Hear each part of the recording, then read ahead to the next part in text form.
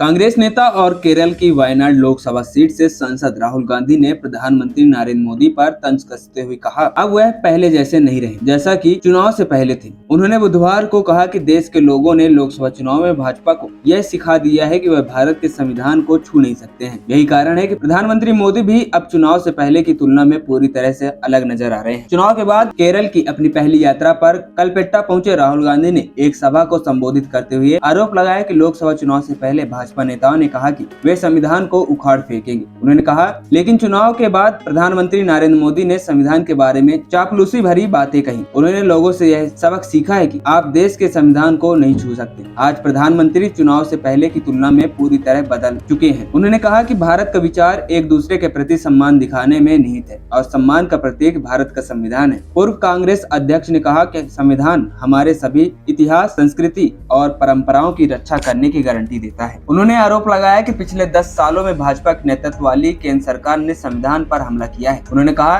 वे एक समुदाय को दूसरे समुदाय से लड़ाने के लिए संविधान का मसौदा तैयार करना चाहते हैं और एक राष्ट्र तथा एक संस्कृति को थोपने का प्रयास कर रहे हैं। राहुल ने दावा किया कि भाजपा ने अयोध्या सहित उत्तर प्रदेश में अधिकांश लोकसभा सीटें इसलिए खो दी क्योंकि पार्टी भारत के विचार पर हमला कर रही है। प्रधानमंत्री नरेंद्र मोदी खुद वाराणसी निर्वाचन क्षेत्र से कम अंतर से जीते हैं और भाजपा पूर्ण बहुमत पाने में विफल रही। उन्होंने जोर देकर कहा कि भाजपा के नेतृत्व वाली सरकार देश को अखंड नहीं रख सकती है। इंडिया समूह और कांग्रेस पार्टी भाजपा और प्रधानमंत्री मोदी के गलत विचारों को नष्ट करने के लिए लड़ेगी। खबरी चौखट की रिपोर्ट।